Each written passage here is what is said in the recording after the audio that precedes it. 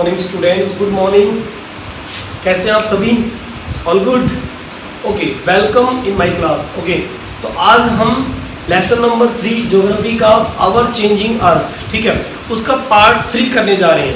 जैसे कि हमने पार्ट 2 में वोल्केनो और अर्थक्वेक के बारे में काफ़ी नॉलेज इकट्ठी की थी कि रिचर स्केल क्या होता है, सिस्मोग्राफ क्या होता है और कैसे अर्थक्वेक आता है तो उससे बचा जा सकता है। आपने सेकंड पार्ट में ये भी देखा था कि किस तरह से गुजरात के भुज एरिया में 6.9 रिचर स्केल का भूकंप आया, अर्थक्वेक आया और कितने सारे टीचर्स और कितना सारे स्टूडेंट्स की वहाँ डेथ हो गई और फिर वहाँ सीएम रिलीफ फंड बनाना पड़ा ताकि वहाँ के लोगों की हेल्प की जा सके। हमने ये भी पढ़ा था उसमें कि भाई वोल्केनो या एक्टिविटी होती है या फिर अर्थक्वेक एक्टिविटी होती है तो उस समय कैसे अपने आप को बचाया जा सकता है, ठीक है। ओके, तो अब इस थर्ड पार्ट में हम लोग lesson number 3 sorry our changing earth, इसमें पार्ट नंबर 3 में हम डिस्कशन करेंगे। पार्ट नंबर 3 में डिस्कशन करेंगे कि किस तरह से एक्सोजेनिक फोर्सेस काम करती हैं, किस तरह से एक्सोजेनिक, जैसे कि हमने पढ़ा भी था कि दो टाइप की फोर्सेस होती है, एक तो इंडोजेनिक फोर्सेस होती है और एक एक्सोजेनिक फोर्सेस होती है। तो उसमें एक्सोजेनिक फोर्सेस का वर्क क्या होता है, आज हम इसके बारे में डिस्कशन करेंगे। तो एक्सोजेनिक फोर्सेस ज्यादातर वेदरिंग और इरोजनल वर्क करती है, डिपोजिशनल वर्क करती हैं। ये जितनी भी फोर्सेस होती हैं, इनमें जितने भी एजेंट होते हैं वो सब, ठीक है। जैसे कि एक्सोजेनिक फोर्सेस के एजेंट क्या होते हैं, एजेंट्स, तो एजेंट्स में विंड इसका एजेंट होती है, ठीक है, विंड्स, ठीक है। उसके अलावा आप देखोगे रिवर वाटर इसका एजेंट हो सकता है, ठीक है। इसके अलावा ग्लेशियर्स, ठीक है, ग्लेशियर इसके एजेंट हो सकते हैं। और इसके अलावा जो है ओशन वाटर, ओके, सी वेव्स, जिसको हम सी वेव्स कह सकते हैं, सी वेव्स, तो ये ज्यादातर जो होते हैं ये एजेंट के रूप में काम करते हैं। एक्सोजेनिक फोर्सेस जो बाह्य शक्तियां होती है उसमें एजेंट की तरह ये काम करते हैं और वर्क क्या करते हैं, जैसे विंड क्या वर्क करती है, रिवर क्या वर्क करती है, ग्लेशियर क्या काम करते हैं और जो है सी वेव्स किस तरह से काट छाट का काम या डिपोजिशनल वर्क कर सकते हैं, वो हमें समझना है। बहुत आसान है, बहुत ही इजी है, बहुत ईजी है, समझना बहुत आसान है। तो देखिए ये एजेंट हो गए और इनका वर्क हो गया, ठीक है, इनका वर्क, जैसे इरोजनल वर्क, ओके, एक तो ये हो गया भाई काट छाट का काम हो गया, ठीक है, ओके। दूसरा हो गया वेदरिंग, ठीक है, वेदरिंग हो गया और डिपोजिशनल वर्क हो गया,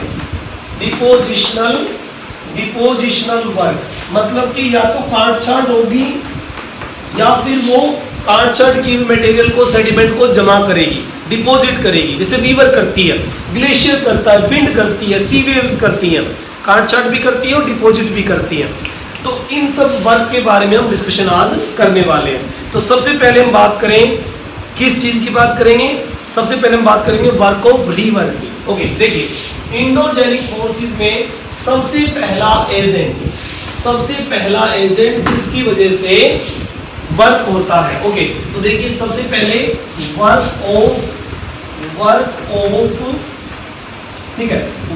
ऑफ ए रिवर।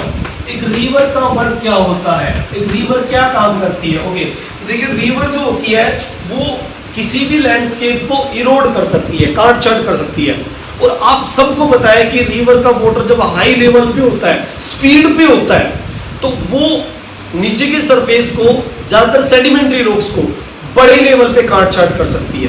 तो सबसे पहला वर्क ये करती है कि लैंड सरफेस को क्या करती है, सरफेस को इरोड करती है। इरोड का मतलब काट छाट करती है, इरोड्स क्या करती है, काट छाट करती है, मतलब कटिंग करती है। और वो कब होता है, वाटर स्पीड की वजह से, रिवर वाटर स्पीड की वजह से, ओके।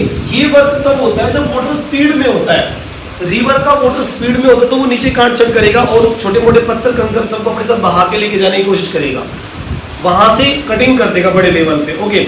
और ये बहुत स्पीड पे स्टीप एंगल बनाती हुई चलती है और कई बार स्टीप एंगल बनाती हुई इग्नियस रॉक से होती हुई ये बड़े बड़े वाटरफॉल भी बनाती है, ठीक है।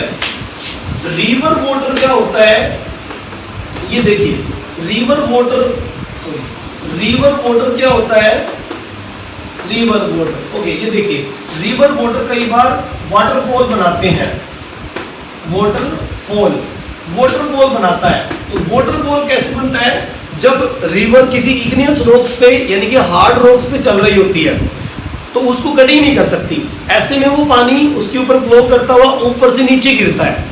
एक हाइट पर कोई माउंटेन या कोई प्लाट्यू के ऊपर जब रिवर बहती हुई आगे निकलती है और किसी डीप वैली में एकदम से फ्लो करती है तो नीचे की जो रॉक्स होती है वो जैसे इग्नियस रॉक्स हुई तो उसको वो काट चाट नहीं कर सकती, क्योंकि आपको पता है कि इग्नियस रॉक्स यानी कि ब्लैक रॉक्स होती है वो बहुत बड़े लेवल पे सॉलिड रॉक्स होती है। सेडिमेंट्री जितनी वीक नहीं होती वो पावरफुल होती है, तो वो क्या करती है, वो टूट नहीं पाती और वो उसके ऊपर से रिवर फ्लो करते हुए आती है और वाटरफॉल बनाती है। ठीक है, ओके, तो वो क्या करती है, वाटरफॉल बनाती है। दुनिया में ऐसे बहुत सारे वाटरफॉल हैं, ठीक है, वर्ल्ड फेमस वाटरफॉल। अच्छा, वाटरफॉल से कैसे कटिंग शटिंग होती है, सीधी सी बात है, वाटरफॉल जो ऊपर से नीचे गिरेगा, जैसे एक एग्जांपल देखो यहाँ पे, ये देखिए मान लीजिए ये एक लैंड सरफेस है, हार्ड रॉक सरफेस है, ये हार्ड रॉक सरफेस है, ये देखिए ये एक हार्ड रॉक सरफेस है, इग्नियस रॉक्स है, इग्नियस, ठीक है, ये इग्नियस रॉक्स है और ये हार्ड रॉक सरफेस है। ठीक है, ये क्या है, इग्नियस रॉक्स हो गई और इसके ऊपर से रिवर फ्लो करती हुई आ रही है, ये देखिए ये रिवर फ्लो करती हुई आ रही है ऐसे। ओके, ये देखिए, और फिर यहाँ इस हार्ड रॉक से वो एकदम से पानी नीचे गिराएगी ऐसे, ठीक, ये देखिए ऐसे ऐसे एक वाटरफॉल बनेगा और यहाँ पर वो एक बड़ा खड्डा बनाएगी ऐसे, जब वो ऊपर से नीचे गिरेगी तो एक वाटरफॉल की शेप बनेगी, हार्ड रॉक से फ्लो करती हुई एकदम से वो नीचे गिरेगी तो एक बड़ा होल बनाएगी नीचे। उससे आप देखोगे कि नीचे का सरफेस जो है पूरी तरह से कट जाएगा, इरोड हो जाएगा, इरोड का मतलब कटिंग हो जाएगी बड़े लेवल पे, समझ रहे हो। तो इससे क्या होता है कि नीचे की सरफेस जो कट जाएगा और फिर उसी टूटे हुए मटेरियल को रिवर अपने साथ फ्लो करते हुए आगे ले जाएगी, फिर वो आगे बह जाएगी, ये देखिए, फिर वो आगे निकल जाएगी उसको लेके, इस तरह से, समझ रहे हो। तो इस तरह जब वाटरफॉल बनते हैं तो रिवर अपना कटिंग शटिंग का वर्क जो है, इरोजनल वर्क जो होती है वो करना शुरू कर देती है। और फिर जब इसकी स्पीड डाउन होगी रिवर की, भाई स्पीड पे होगी तो हर मटेरियल को अपने साथ बहा ले जाएगी, हर चीज को बहा ले जाएगी, मिट्टी हो गई, छोटे कंकर हो गए, बड़े पत्थर हो गए, सब ले जाएगी वो अपने साथ। और जब उसकी स्पीड डाउन होगी तब वो डिपोजिशनल वर्क करने लग जाएगी, मतलब कि जमा करने लग जाएगी। स्पीड पे होगी इरोजनल वर्क करेगी और स्लो स्पीड पे होगी तो डिपोजिशनल वर्क करेगी। फिर कहीं पे वो बड़े बड़े कंकर पहले जमा करेगी, फिर उसके बाद छोटे कंकर जमा करेगी, छोटे छोटे कंकर जमा करेगी और लास्ट में फिर वो एक सुनहरी मिट्टी के बाद में जमा कर देगी। ठीक है, तो इस तरह से रिवर का वर्क होता चला जाता है। ठीक है, पहले वाटरफॉल बनाती हुई कटिंग करेगी, फिर उसके बाद फ्लो करना शुरू कर देगी उस मटेरियल को और फ्लो करती हुई आगे डिपॉजिट करना शुरू करेगी। हैवी मटेरियल पहले डिपॉजिट होंगे और जो लाइट मटेरियल वो आगे तक चले जाएंगे और पूरा प्लेन एरिया बना देगी। ठीक है, तो इस तरह से है। अब देखिए दुनिया में बहुत बड़े बड़े वाटरफॉल हैं, world famous waterfall, world famous, ठीक है, फेमस वाटरफॉल। ये देखिए, क्योंकि एनटीएससी क्वेश्चन है, कई बार इसमें से क्वेश्चन आ जाते हैं, वर्ल्ड फेमस वाटरफॉल के बारे में आपसे पूछ लिया जाता है, तो उसके हमें पता होना चाहिए। ठीक है, highest waterfall in the world, सबसे पहला, ठीक है, इसका नाम है एंजल फॉल। ये ध्यान रखना, एंजल फॉल। एंजल फॉल जो है वो कहाँ है, वेनेजुएला।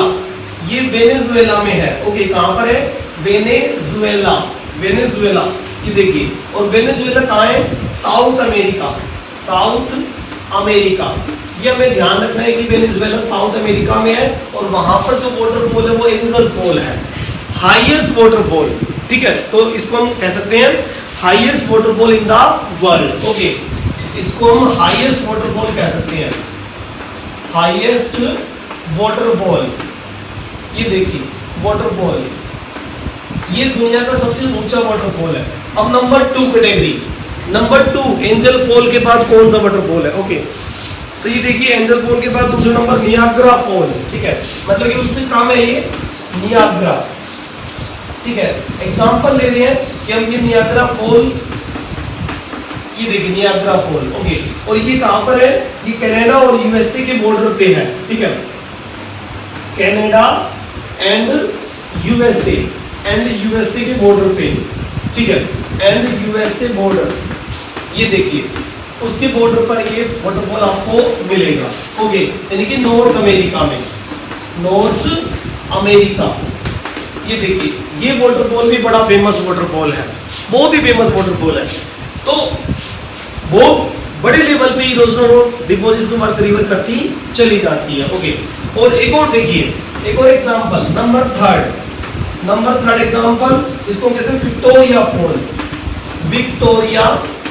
Victoria waterfall, okay. ये देखिए विक्टोरिया वाटरफॉल है, ये कहाँ है, ये किसके बॉर्डर पे है, जिम्बाब्वे और जाम्बिया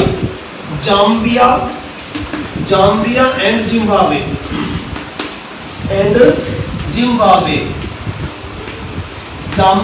जिम्बाब्वे के बॉर्डर पर मिलेगा, और ये अफ्रीका कॉन्टिनेंट है मित्र, ठीक है, ये अफ्रीका कॉन्टिनेंट पे है। तो हमें ये तीनों वाटरफॉल जरूर याद करने हैं, क्योंकि आपके बुक में आप एनटीएससी जब टेस्ट देते हो, यूटी टेस्ट होता है, फाइनल एग्जाम जब होते हैं, तो उसमें इनमें से शॉर्ट क्वेश्चन जरूर आते हैं कि एंजल फॉल कहाँ है, वेनेजुएला साउथ अमेरिका, ये क्या है, हाईएस्ट वाटरफॉल। नियाग्रा फॉल कहाँ है, कनाडा और यूएसए बॉर्डर पे है, यानी कि नॉर्थ अमेरिका में। और विक्टोरिया फॉल जाम्बिया और जिम्बाब्वे बॉर्डर पर है, यानी कि अफ्रीका कॉन्टिनेंट में है। तो हमें याद रखना है। तो मैं आपको बता रहा था वर्क ऑफ रिवर, तो वर्क ऑफ रिवर में सबसे पहले इरोजनल वर्क हो गया, वाटरफॉल इरोजनल वर्क करने लग जाता है, मतलब कि काट छाट का काम इरोजनल वर्क करने लग जाता है, और उसके बाद में रिवर क्या करती है, डिपोजिट करती है। अब कई बार रिवर क्या करती है बेटा, कई बार वो एक मिनांडर बनाती हुई चलती है।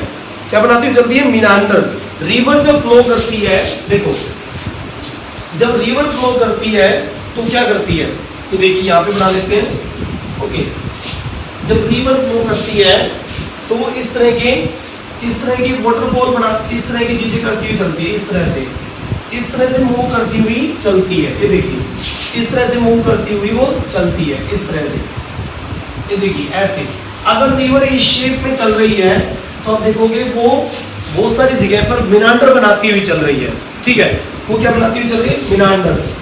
देखिए ये है मिनांडर्स, ठीक है, जो बैंड बनते हैं इसको कहते हैं रिवर मिनांडर्स, देखिए मिएंडर्स, ठीक है, इनको रिवर मिएंडर्स कहते हैं। ये देखिए ये जो आप शेप देख रहे हैं, ये वाली, यानी कि ये वाली जो शेप आप देख रहे हैं, ये रिवर मिएंडर्स है। मिएंडर का मतलब बैंड, इनको बैंड बोलते हैं हम, रिवर बैंड्स, ठीक है। तो ये क्या करती है, ऐसे रिवर बैंड बनाती हुई चलती है, ओके, रिवर बैंड बनाती हुई आगे बढ़ती है, ओके। लेकिन कई बार क्या होता है, ये रिवर जो बैंड होते हैं या लूप जो बनते हैं, ये जो मुड़ाव है इसको लूप कहते हैं। ये मिनांडर लूप जो है, समझ लो लूप, ये मिनांडर लूप एरिया है, लूप, ठीक है। तो ये मिनांडर लूप कई बार कट ऑफ हो जाता है अपने वे में। जब रिवर काफी स्पीड पे होती है तो वो डायरेक्ट निकलने की कोशिश करती है। जैसे मान लीजिए मैं ये कहता हूँ कि यहाँ पर काफी स्पीड पे या यहाँ पर काफी स्पीड पे है ये, तो ये रिवर क्या करती है, ऐसे डायरेक्ट काट छाट करती हुई सीधा निकलने की कोशिश करती है। वो क्या करती है, सीधा निकलने की कोशिश करती है, और इस एरिया को वो छोड़ देती है और डायरेक्ट अपना वे बना लेती है, ठीक है। तो जब वो डायरेक्ट वे बनाएगी, इस तरह से इसको कट ऑफ कर देगी और सीधा निकलना शुरू कर देगी, तो ये एरिया एक ऑक्सबो लेक की तरह नजर आएगा। ये देखिए ये कट ऑफ हो गई यहाँ से, ये देखिए ये पूरी तरह से कट ऑफ हो गई है और उसने नया वे बना दिया है। अब ये एरिया पूरी तरह से कट ऑफ हो गया है। तो यहाँ पर एक गाय के खुर जैसा, एक ओक्स के नीचे जो लेग्स होती है, लेग्स के पास उनका, ठीक है, ओक्स का एक ओक्सबो टाइप में एक शेप में बनती है। मतलब कि गाय और बुफेलो वगैरह फैट एनिमल नहीं देखे आपने, उनके जो नीचे के खुर होते हैं उस जैसी शेप में एक जो लेग बन जाती है, जिसको हम रिवर मिएंडर की क्या कहते हैं, ओक्सबो लेक, उसको कहते हैं ओक्सबो लेक। ये कट ऑफ होने के बाद बनता है। अब यहाँ पर आप देखोगे ये वाटर है यहाँ पे और ये ओक्सबो लेक बन गई है। ये देखो ऐसी एक शेप में ओक्सबो लेक बन गई है। ये देखो, जब भी कभी बारिश होगी तब इस लेक में वाटर आएगा, क्योंकि रिवर ने तो उस एरिया को छोड़ दिया है और वो सीधा होकर चली गई है। ये ऑक्सबो लेक कई जगह पर बन सकती है, ठीक है। मियांडर बनेंगे पहले, और मियांडर जब कट ऑफ हो जाएगा, लूप कट ऑफ हो जाएगा, तो ऑक्सबो लेक जरूर बनती है, ठीक है बेटा, ये ध्यान रखना हमें। और कई बार जब वाटर काफी स्पीड पे होता है या रिवर वाटर हाई लेवल पे होता है, तो आसपास के एरिया पे वो एरिया बढ़ा लेती है, आसपास के एरिया में एरिया बढ़ा लेती है। और फिर उसका जैसे एरिया बढ़ेगा, मान लीजिए यहाँ पर एरिया बढ़ गया उसका, यहाँ पर ये देखिए इस तरह से एरिया बढ़ गया, ये देखिए जब वो अपना एरिया, पानी उसके अंदर ज़्यादा जाता है और वो अपना एरिया बढ़ाती है, तो एक नए टाइप के सी बैंक बनने लग जाते हैं। ये देखिए जब रिवर अपना एरिया बढ़ा लेगी तो नए टाइप के सी बैंक्स बनने शुरू हो जाते हैं। ये देखिए इस तरह के पानी ज़्यादा आया तब वो रिवर बैंक बन गए। ये देखिए रिवर बैंक बन गए। ये जो न्यू रिवर बैंक बना उसको हम कई बार, जो पानी ज़्यादा होने की वजह से बना, आसपास के एरिया में मिट्टी जमा हो गई, फ्लड आ गया, बाढ़ आ गई, समझ रहे हो, रिवर का पानी बढ़ गया, फ्लड आ गई, बाढ़ आ गई, क्या आ गया, फ्लड आ गई, बाढ़ आ गई। पानी स्पीड पे होता है तब ऐसा होता है, और ज्यादा होता है तब ऐसा होता है। ज्यादा होता है जब कटिंग करती हुई आगे निकल जाती है तो ऑक्सबो लेक बना देती है, ओके।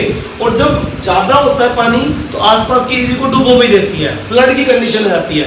और जब फ्लड की कंडीशन आती है और जब नॉर्मल सिचुएशन हो जाती है, एक बार फ्लड आया, आसपास पानी फैल गया और फिर उसके बाद पानी कम हो गया, मान लीजिए बारिश रुक गई, रिवर वाटर डाउन हो गया, तो फिर अपने वे में आ जाती है वो। लेकिन जब एकदम से एरिया बढ़ाया तो उस एरिया पे, आसपास के एरिया पे बहुत सारी मिट्टी भी जमा हो जाती है, एक न्यू बैंक, एक न्यू रिवर बैंक बन जाता है, जिसको हम कहते हैं लीवीज। इसको क्या कहेंगे, लीवीज। ये बढ़ा हुआ एरिया क्या बन जाएगा, लीवीज। इसको हम लीवीज कहेंगे। दो फीचर समझ आए कि नहीं आए बताओ, बहुत सिंपल से फीचर है, ऑक्सबो लेक्स और लीवीज। ऑक्सबो लेक कैसे बनी, मिनांडर का लूप कट ऑफ हो गया।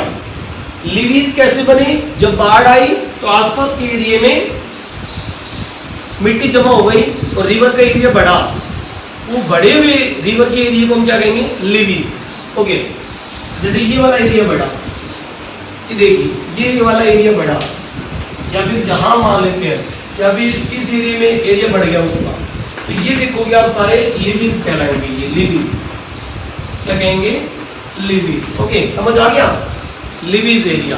तो बहुत सिंपल सी चीजें हैं, बहुत सिंपल चीजें, ठीक है। और फिर उसके बाद में रिवर इस एरिया पे बहुत बड़े बड़े मैदान बनाने शुरू कर देंगे, डेल्टा भी बनाएगी। जैसे रिवर जहां लास्ट में डिपॉजिट करेगी वो ट्राइंगल शेप में डेल्टा बनाती हुई करेगी, ऐसे। ये देखिए ट्राइंगल शेप में डेल्टा बनाते हुए वो करेगी।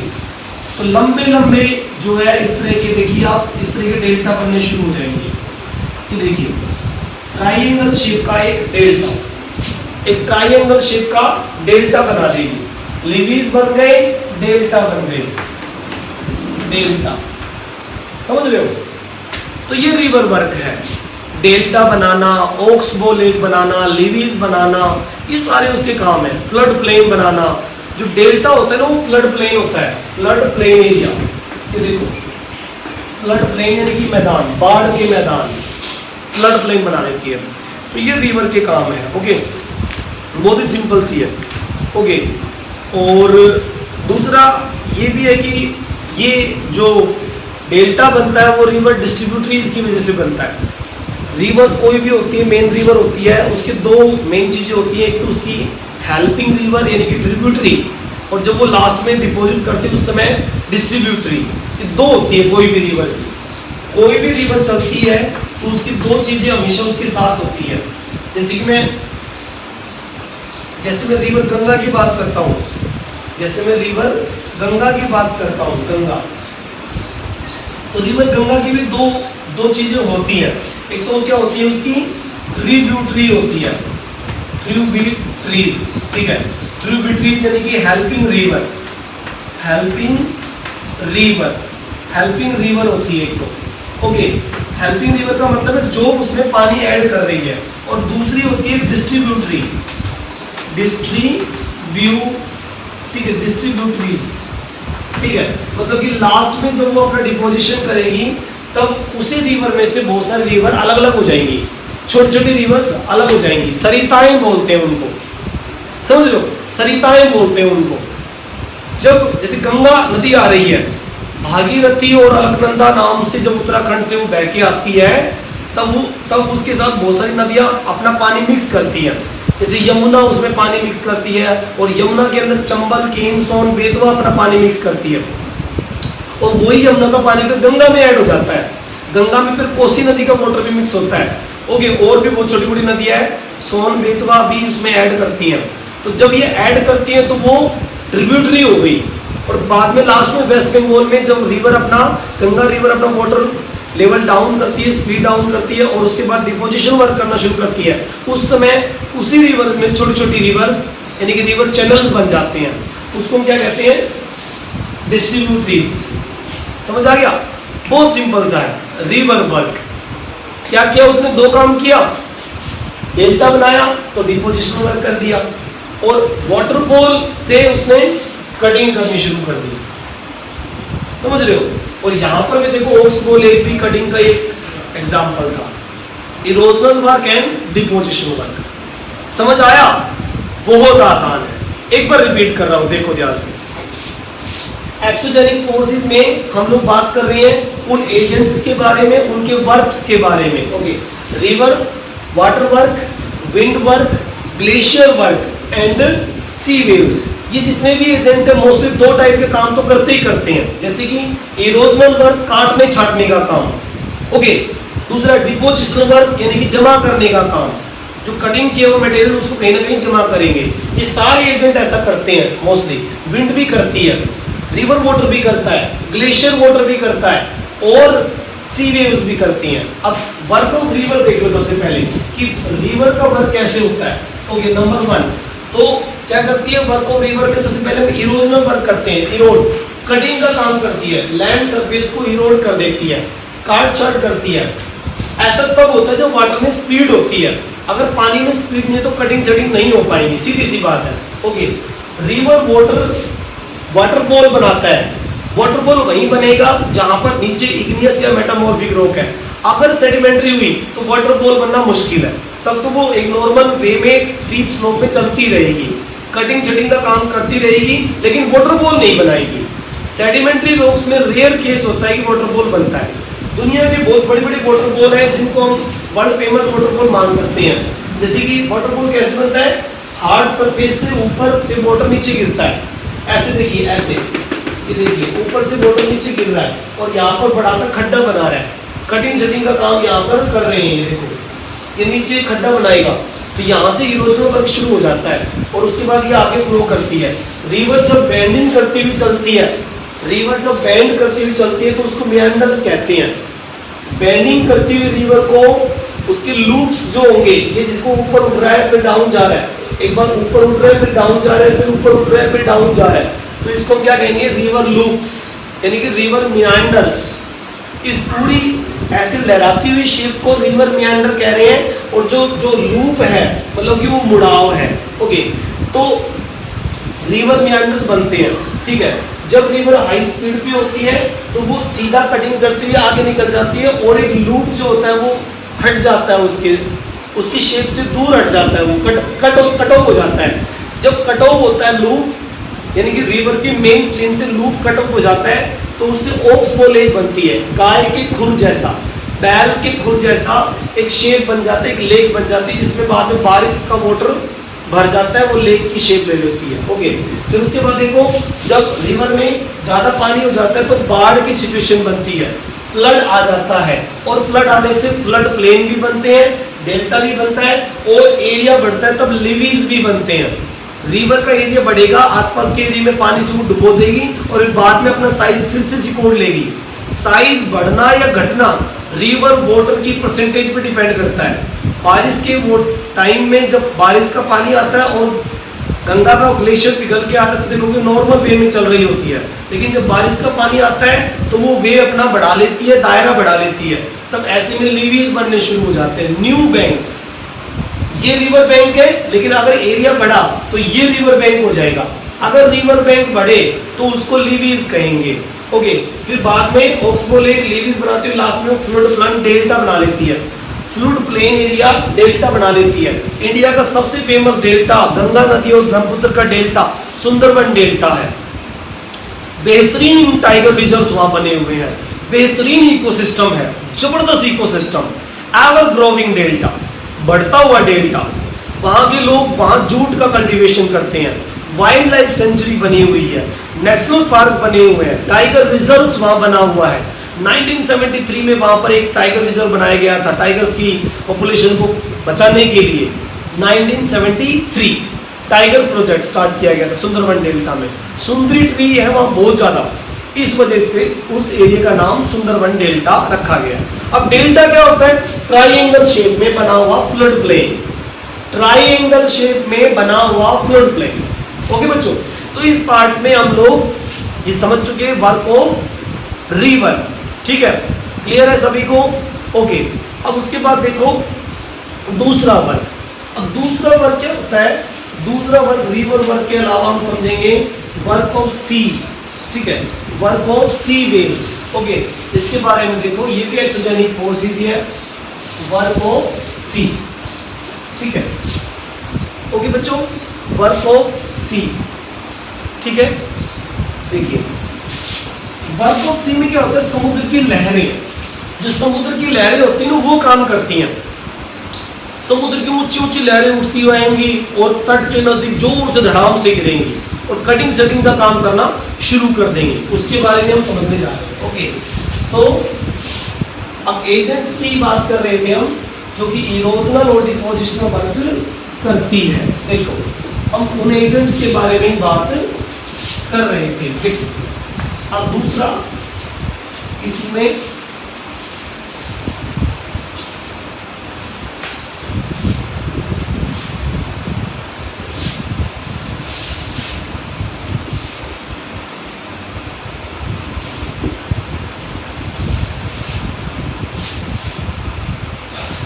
ठीक है बच्चों, देखो अब work of sea waves.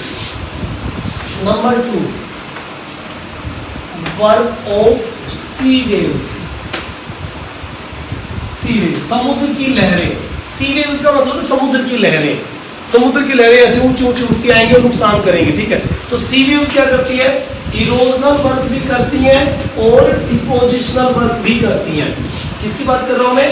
Sea waves की। देखो, ये नंबर 1 मैंने लिया और ये number 2, river water and sea waves. फिर 2 और बच जाएंगे, यानी कि विंड का वर्क और ग्लेशियर वर्क। ओके, तो सी वेव्स क्या करती है? इरोजनल, डिपोजिशनल और दोनों वर्क करती हैं। ये क्या करती है? इरोजनल वर्क भी करती है। इरोजनल, ठीक है, क्या करती है ये? इरोजनल, इरोजनल वर्क भी करती हैं और डिपोजिशनल वर्क भी करती हैं। डिपोजिशनल वर्क भी करती हैं। ओके, ये देखो अब ये कैसे होता है। ठीक है, सी वेव्स क्या करती है? जो सी एरिया के नजदीक, यानी कि सी एरिया के नजदीक जो रॉक्स होती हैं, रॉक्स, ठीक है, उनके अंदर वो उसके ऊपर गिरती हैं आकर, रॉक्स के ऊपर आकर वो उसको स्ट्राइक करती है। समुद्र की लहरें आसपास के जो घाट एरिया पे सी बीचेस पर जो रॉक्स पड़ी होती है, जब वो इग्निस मान लीजिए, चाहे सेडिमेंट्री मान लीजिए, उसके ऊपर क्या अटैक करती है आपके सी एरिया में। सी वेव्स क्या करती है? अटैक करती है, अटैक। ओके, अटैक करती है, स्ट्राइक करती हैं। क्या करती हैं? स्ट्राइक। ओके, और स्ट्राइक करने से बहुत सारी फॉर्म्स बनती हैं, जैसे दिखा रहे हो। देखो, अब यहाँ पर एक शेप बनाते हैं हम कि किस तरह की ये शेप बनाती हैं। देखो, इस तरह का, देखिए ये कोई रॉक्स पड़ी हुई है वहां पर। ठीक है, ये देखिए ये कोई सी के अंदर कोई रॉक्स वगैरह पड़ी हुई है। तो जब ये सागर समुद्र की लहरें स्ट्राइक करती हैं तो इस तरह का होल बनाती है। सबसे पहले समुद्र की लहरें आती हुई यहाँ पर स्ट्राइक करती हैं ऐसे। ठीक है, इस तरह से आती हुई यहाँ पर स्ट्राइक करती हैं, टक्कर मारती है। समुद्र से आती हुई लहरें टक्कर मारती सीधा, और टक्कर मारते यहाँ पर होल करेंगी, लहराती हुई लहरें आएंगी और छपाक से उसके ऊपर गिरेंगी और टक्कर मारेंगी। और जैसे ऐसा करेंगी तो सी केव्स बनने शुरू हो जाते हैं। ठीक है, ये रॉक्स हो गई, रॉक्स हो गई, ओके, और ये सी वेव्स हो गई, ये क्या हो गई, सी वेव्स, ये देखो सी वेव्स हो गई, और यहाँ पर टक्कर मारेंगी और ये क्या कर देंगे, होल बना देंगे, होल, और होल बनते ही यहाँ पर क्या बनेगी, सी केव्स बननी शुरू हो जाएंगी, सी केव्स यानी कि समुद्र की चट्टानों में समुद्र की गुफाएं बननी शुरू हो जाएंगी। और एक टाइम ऐसा आएगा जब ये आर पार निकलने की कोशिश करेंगी, सी केव्स बन गई पहले, लेकिन जब आर पार निकल जाए तो फिर दूसरी पॉइंट बनता है, फिर सी केव्स के अलावा फिर दूसरा जो पॉइंट बनता है वो सी आर्चेस, फिर बनता है सी आर्चेस, ठीक है, सी आर्च, क्या बनता है, सी आर्च, समझ रहे हो। पहले पानी ने किसी चट्टान के ऊपर टक्कर मारी और उसके अंदर होल कर दिया, होल करते ही गुफा बन गई, सी केव्स बन गई, लेकिन बार बार वहां पानी जब टक्कर मारेगा तो वो उसके अंदर आर पार होल कर देगा, उस चट्टान के अंदर आर पार होल हो जाएगा, और होल होते क्या बन जाएगा, सी आर्च। अब आप देखोगे इस एरिया में आर पार होल हो गया है अंदर की तरफ, ठीक है, और ये छत जैसा नजर आ रहा है, ऐसा लग रहा है जैसे कई बार नहीं होता बोट वगैरह होती है तो वो उस चट्टान के बीचों बीच निकल के दूसरी तरफ निकल जाती है, तो वो होल बन जाता है और फिर इस तरह का शेप बन जाता है, ओके। तो इसको हम कहेंगे, ठीक है, सी वेव्स बनाएंगे और क्या कर लेंगे, आर्चेस बना लेंगे, ठीक है, एक रूफ लाइक स्ट्रक्चर बन जाएगा, एक ये रूफ लाइक स्ट्रक्चर बन जाएगा, इस रॉक्स का रूफ, ठीक है, रूफ बन जाएगी, रूफ टाइप स्ट्रक्चर है, ये आर्चेस बन जाएंगे, आर्चेस, समझ रहे हो। जब वो आर पर छेद निकाल देगी तो ये आर्चेस बन जाएंगे, और अगर बार बार ऐसा होता रहा तो ये जो आर्चेस है ये भी नीचे गिर जाएंगे, मतलब ये अगर कटिंग होती रही तो देखोगे आप कि ये जो एरिया है ये बढ़ना शुरू हो जाएगा, समझ रहे हो। देखो जैसे यहाँ एक अलग से बना के दिखा रहा हूँ मैं आपको, कि देखिए मान लीजिए हमने ऐसी शेप बनाई थी, ओके, और ऐसा बनाया था हमने, तो अगर बार बार यहाँ पर हिट होता है, बार बार सी वेव्स क्या करती है, हिट करती हैं, अगर वो हिट करती है इस तरह से, अगर वो बार बार हिट करते तो होल करेंगी, और यहाँ पर क्या बन जाएगी, रूफ बन जाएगी, आर्चेस, और ये धीरे धीरे होल बड़ा होगा, आप देखोगे ये होल को बड़ा कर देंगी, ये होल धीरे धीरे बड़ा हो जाएगा, और एक टाइम ऐसा आएगा जब इसको वो तोड़ देंगी, इसको वो तोड़ देंगी, इस रूफ को भी तोड़ देंगी। अब आप देख रहे हो कि होल बड़ा हो गया है, देखो ये टक्कर मार रही है, बार बार स्ट्राइक कर रही है, और ये होल क्या हो गया, बड़ा हो गया है, ये देखिए ये होल बहुत बड़ा हो गया है, बार बार स्ट्राइक करने से, ये देखिए, समझ रहे हो, ये देखो ये होल बड़ा हो गया, और अब ये क्या करेगी, ऊपर के इस रूफ को बिल्कुल ही खत्म कर देगी। अब जब बिल्कुल स्ट्राइक करेगी तो यहाँ पर इसको खत्म कर देगी, ये देखिए यहाँ से खत्म हो जाएगा, और अब ऐसा पार्ट बच जाएगा, दोनों तरफ से दीवार खड़ी रह जाएगी, मतलब कि अब कैसा पार्ट रह गया हमारे पास, सिर्फ एक ऐसा खड़ा हुआ पार्ट रह गया,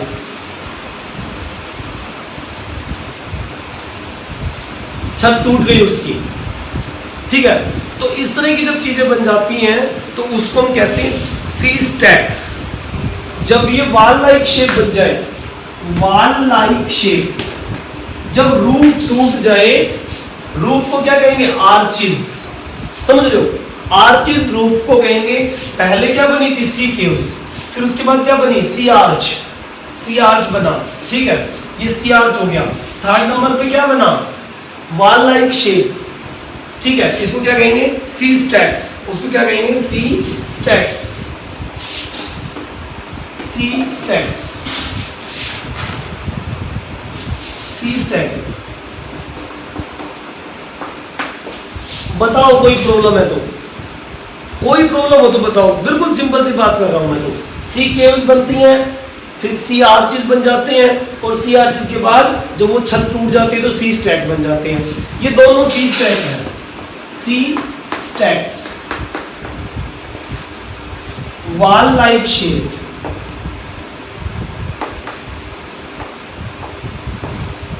क्या शेप है इसकी, वॉल लाइक शेप। इस तरह की इरोजनल वर्क होता है, इस तरह का इरोजनल काट छांट का वर्क ये सी वेव्स करती हैं। बहुत सारी जगह पर ऐसा होता है।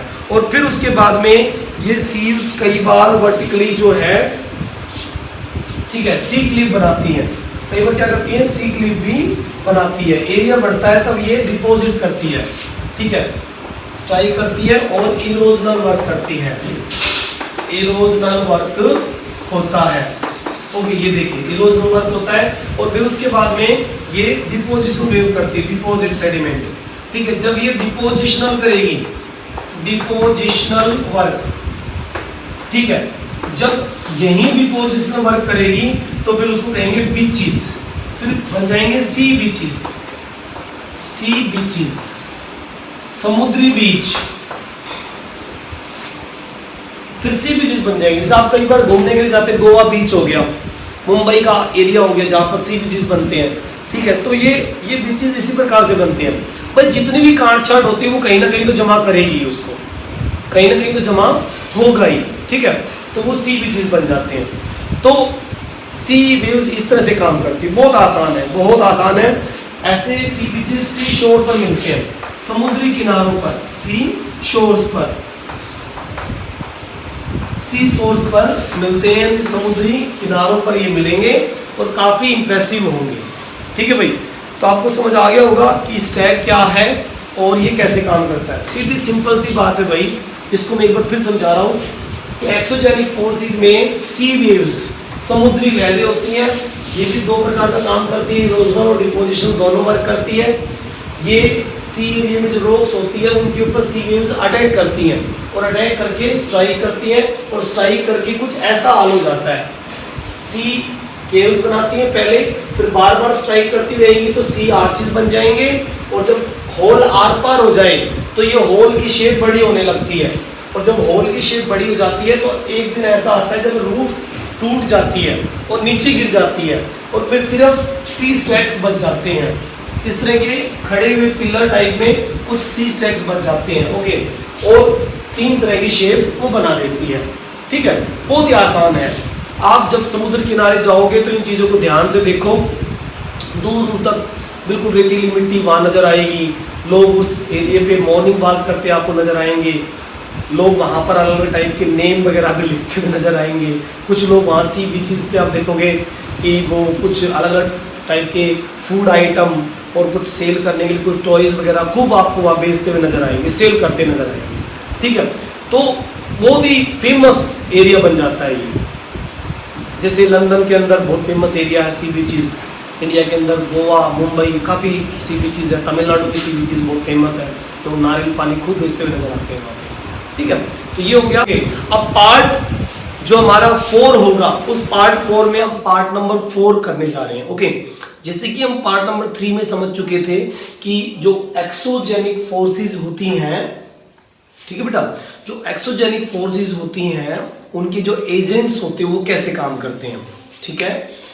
एजेंट्स कैसे काम करते हैं, जैसे विंड, रिवर वाटर, सी वाटर जो होता है वो कैसे इरोजनल और डिपोजिशनल वर्क करता है, उन सब के बारे में हमने समझ लिया था पार्ट नंबर 3 में, ओके। कैसे हमने सी वेव्स के बारे में पढ़ा कि कैसे वो सी आर्चेस बनाती है, और हमने रिवर वर्क के बारे में पढ़ा कि कैसे वो ओक्सबो लेक बनाती है और किस तरह से सी बीचेस बनते हैं सी वेव्स के अकॉर्डिंग।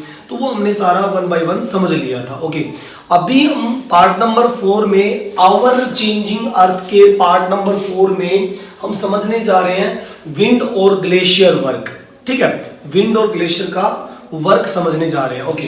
तो देखिए सबसे पहले हम बात करते हैं 3rd पॉइंट, ठीक है, ग्लेशियर वर्क, ठीक है। Work of ice, work of ice, ये देखो वर्क ऑफ आइस मतलब ग्लेशियर्स, ठीक है। जो ग्लेशियर होते हैं वो कैसे काम करते हैं, ठीक है। ग्लेशियर्स मतलब कि जो आइस जब मेल्ट होती है पहाड़ों की ऊंचाई से, जैसे हिमालय माउंटेन हमारा, यानी कि देखोगे आप वहां से कितनी बड़े लेवल पे आइस मेल्ट होकर नीचे आती है और अपने साथ बहाकर बहुत सारा सेडिमेंट लेकर आती है। तो बहुत सारा सेडिमेंट जब लेकर आती है तो वो बहुत सारी काट छाट भी करती है, रिवर वैलीज बना देती है और फिर बाद में उसी इरोडेड मटेरियल को कहीं ना कहीं वो डिपॉजिट भी करती है, समझ रहे हो। तो इस तरह की बहुत सारी चीजें एक साथ होती है। तो वर्क ऑफ आइस में हम इरोजनल वर्क और डिपोजिशनल वर्क दोनों समझेंगे। ओके, तो देखिए सबसे पहले बात करते हैं कि ग्लेशियर होता क्या एक्चुअल में। ठीक है, वर्क ऑफ आइस में सबसे पहले ग्लेशियर होता क्या है, ये देखिए ग्लेशियर क्या होता है। ठीक है, तो इसको कहते हैं river of ice. River of ice, तो रिवर ऑफ आइस ही क्या होता है, ग्लेशियर होता है। मतलब कि जब बर्फ पिघलकर एक रिवर के रूप में चलना शुरू कर दे, अपने साथ बहुत सारे मटेरियल लेकर वो चलना शुरू कर दे, तो वो रिवर ऑफ आइस बन जाती है, उसी को ग्लेशियर कहते हैं। और ये रिवर ऑफ आइस इरोडनल वर्क करती है। इरोड मतलब काट-छांट करना शुरू कर देती है। Erode the landscape, Erode the landscape, ठीक है, ऑफ ए माउंटेन, किसी एक माउंटेन का या किसी एक एरिया का क्या है, कटिंग छटिंग करना शुरू कर देगी। इरोडनल यानी कि उसको काटना छाटना शुरू कर देगी। इरोड का मतलब यहाँ पर काटना छाटना हो गया। ओके, तो इस तरह से कटिंग छटिंग करना शुरू कर देगी और फिर जो रॉक्स पार्ट होते हैं उनको फ्लो करना शुरू करेगी, बुलडोजिंग करना शुरू करेगी। ठीक है, बुलडोजिंग ऑफ सॉइल, और मिट्टी को भी वहां से क्या करना शुरू कर देगी, बुलडोजिंग द सॉइल, मिट्टी को भी अपने साथ बहाकर ले जाने की और उसको अपने साथ घसीट कर ले जाने की कोशिश करेगी, घसीट कर ले जाने की कोशिश करेगी, बुलडोजिंग करना शुरू करेगी। ये रिवर ऑफ आइस का वर्क होता है, मतलब ग्लेशियर का वर्क होता है। देखा नहीं आपने, बड़े बड़े पहाड़ों पे बर्फ जमी होती है और जब वो ग्लेशियर टूटते हैं तो कितनी स्पीड पे पानी आता है, कितनी स्पीड पे बर्फ बह के आती है और उसके आसपास अगर कोई सेटलमेंट हो तो पूरा तहस नहस कर देती है।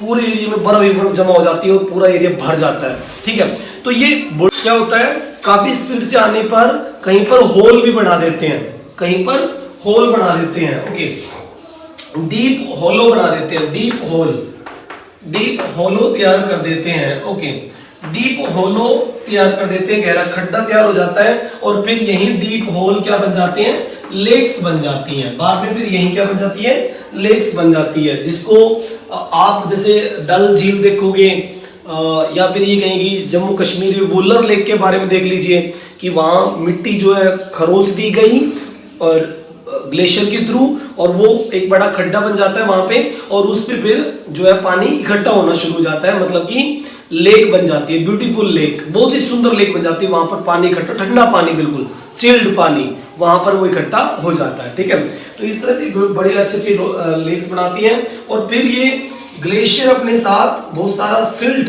ठीक है, बड़ी बड़ी रॉक्स, बिग रॉक्स, ठीक है, बिग रॉक्स के बड़े पार्ट, स्मॉल पार्ट,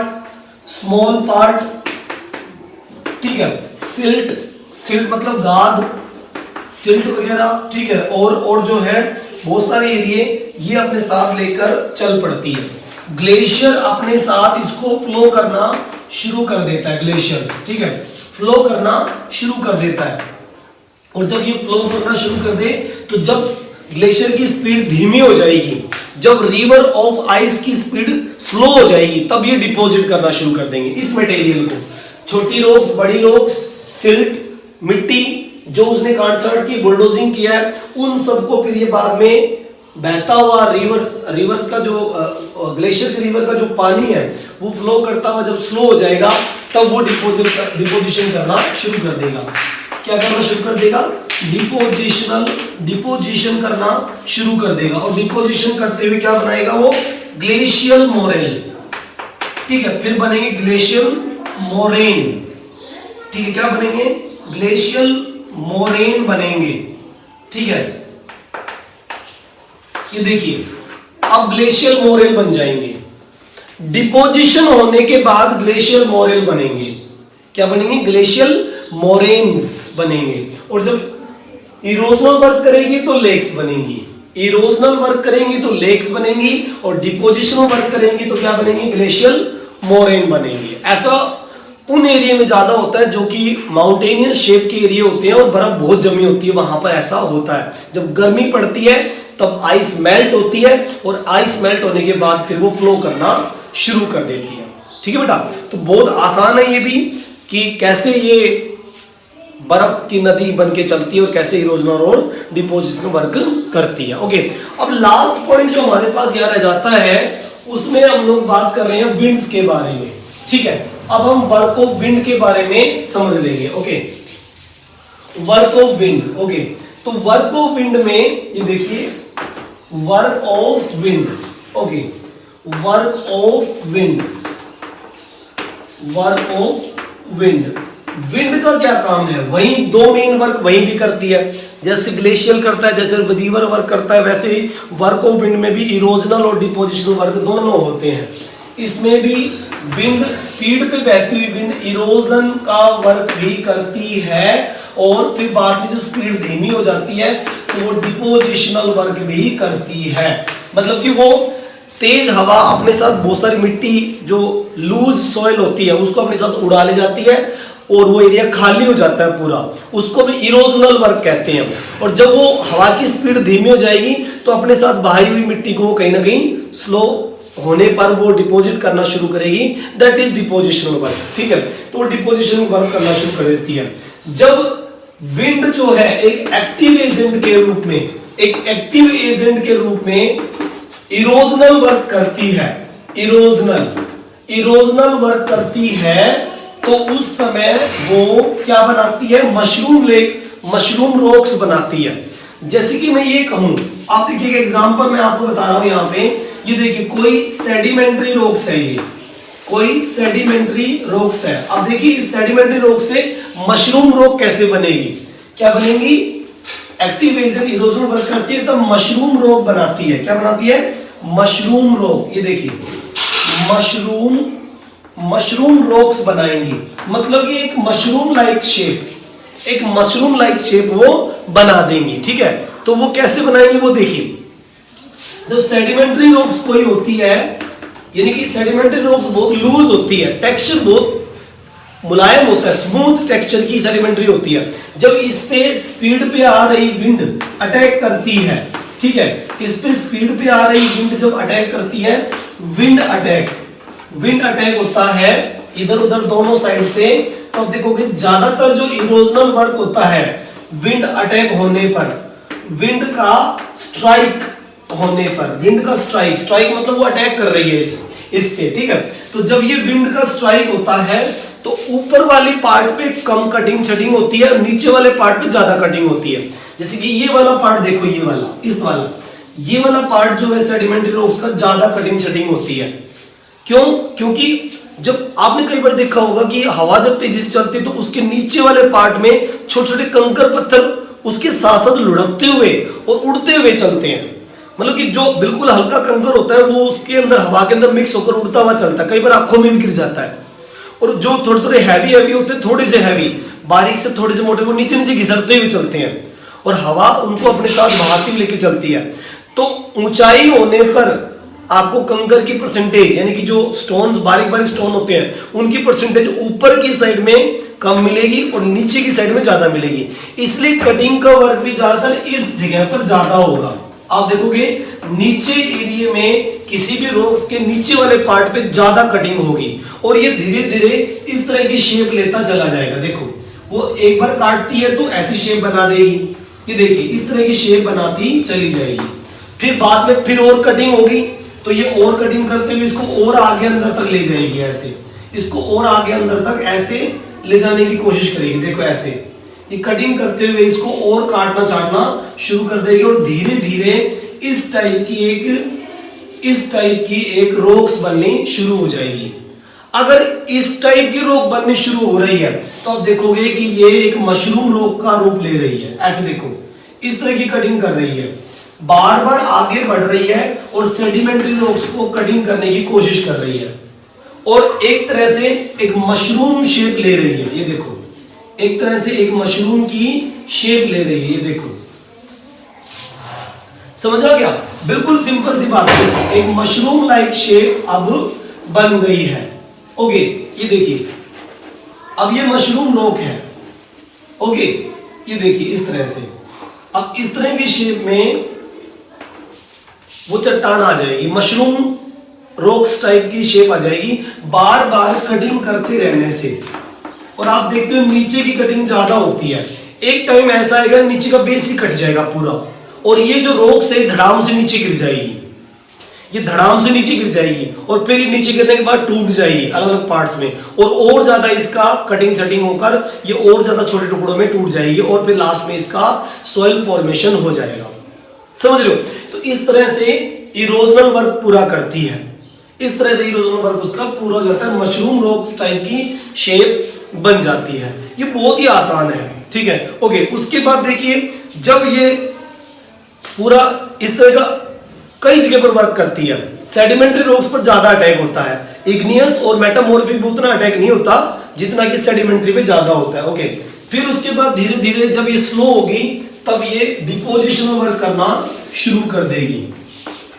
ये तो क्या हो गया इसका इरोजनल वर्क। उसके बाद में क्या करना शुरू कर देगी? Depositional work. जब हवा डिपोजिशनल वर्क करती है तब सबसे पहले वो बालू के टिब्बे बनाना शुरू करती है। बालू के टिब्बे हवा के साथ जब मिट्टी उड़ के आती है तो फिर वो कहीं ना कहीं डिपॉजिट करती है, तब सैंड ड्यून्स बनते हैं। तब एक बनता है सैंड ड्यून्स। सैंड ड्यून्स बनते हैं, मतलब मिट्टी के बड़े बड़े टिब्बे बनते हैं। राजस्थान का थार डेजर्ट आप देखोगे वहां पर बड़े बड़े मिट्टी के टिब्बे बन जाते हैं। जब हवा अपने साथ बहुत सारी मिट्टी बहा के ला रही है तो इस तरह के बालू के टिब्बे बना देगी। देखो इस तरह से शेप में वो बड़े बड़े मिट्टी के टिब्बे बन जाएंगे। ये देखिए इस तरह की शेप में, इसको सैंड ड्यून कह रहे हैं हम। इस तरह के मिट्टी के टिब्बे बन जाएंगे। ओके, तो सैंड ड्यून, लेकिन कई बार मिट्टी दूर दूर तक फैला दी जाती है, हवा उसे दूर दूर तक फैला देगी, तब वो सैंड ड्यून्स भी होंगे थोड़े बहुत उसमें, और लोएश यानी कि प्लेन एरिया बन जाएगा। उस समय वो, ठीक है, लोएस बनाएगी। ठीक है, लोएस, फिर वो लोएस प्लेन एरिया, ठीक है, प्लेन एरिया ये बनाएगी। ठीक है, यानी कि दूर दूर तक फिर वो जो मिट्टी के टिब्बे फैल जाएंगे इस तरह की शेप में, दूर दूर तक मिट्टी के टिब्बे फैल जाएंगे। इसको लोएस कहते हैं। जैसे कि आप अफगानिस्तान, ईरान, इराक, सऊदी अरब, यमन, ओमान इधर देखोगे तो आप बड़े बड़े आपको सैंड ड्यून्स भी नजर आएंगे और मिट्टी के टिब्बे भी नजर आएंगे, बहुत बड़े लेवल पे, दूर दूर तक रेत ही रेत नजर आएगी आपको। ठीक है, तो इस तरह से विंड होती है, जब स्पीड पे होती है तो इरोजनल वर्क भी करती है, और जब स्पीड डाउन होती है तब वो डिपोजिशनल वर्क करते हुए सैंड ड्यून्स भी बनाती है, मिट्टी के टिब्बे भी, और लोएस प्लेन भी बनाती है, यानी कि लोएस जो मैदान होते हैं वो भी ये फॉर्म करती है। ठीक है, क्या करती है? लोएस बनाती है। लोएस यानी कि बालू के पूरे मैदान बना देती है। तो इस लेसन में हमने देखा कि बहुत सारी जो है हमने एजेंट्स के बारे में पढ़ा इस लेसन में, और बहुत सारे एजेंट्स का वर्क हमने देखा, वोल्केनो के बारे में पढ़ा, बहुत सारी चीजें हमें इस लेसन से मिली है, बहुत अच्छी नॉलेज हमारी इकट्ठी हो गई है। ठीक है बेटा, तो आप लोग इसको अच्छे से स्टडी कीजिए, बहुत बढ़िया ढंग से स्टडी कीजिए। मैं ये आपको कह सकता हूँ कि इस लेसन के कोई भी पॉइंट्स आपको डाउट में नहीं रहेंगे, सब कुछ बढ़िया तरीके से क्लियर होगा। ओके बेटा, तो आज के इस पार्ट में इतना ही। ओके, लेसन फिनिश है। नेक्स्ट टाइम एक नया वीडियो, एक नया मजेदार वीडियो। ओके बेटा, बाय।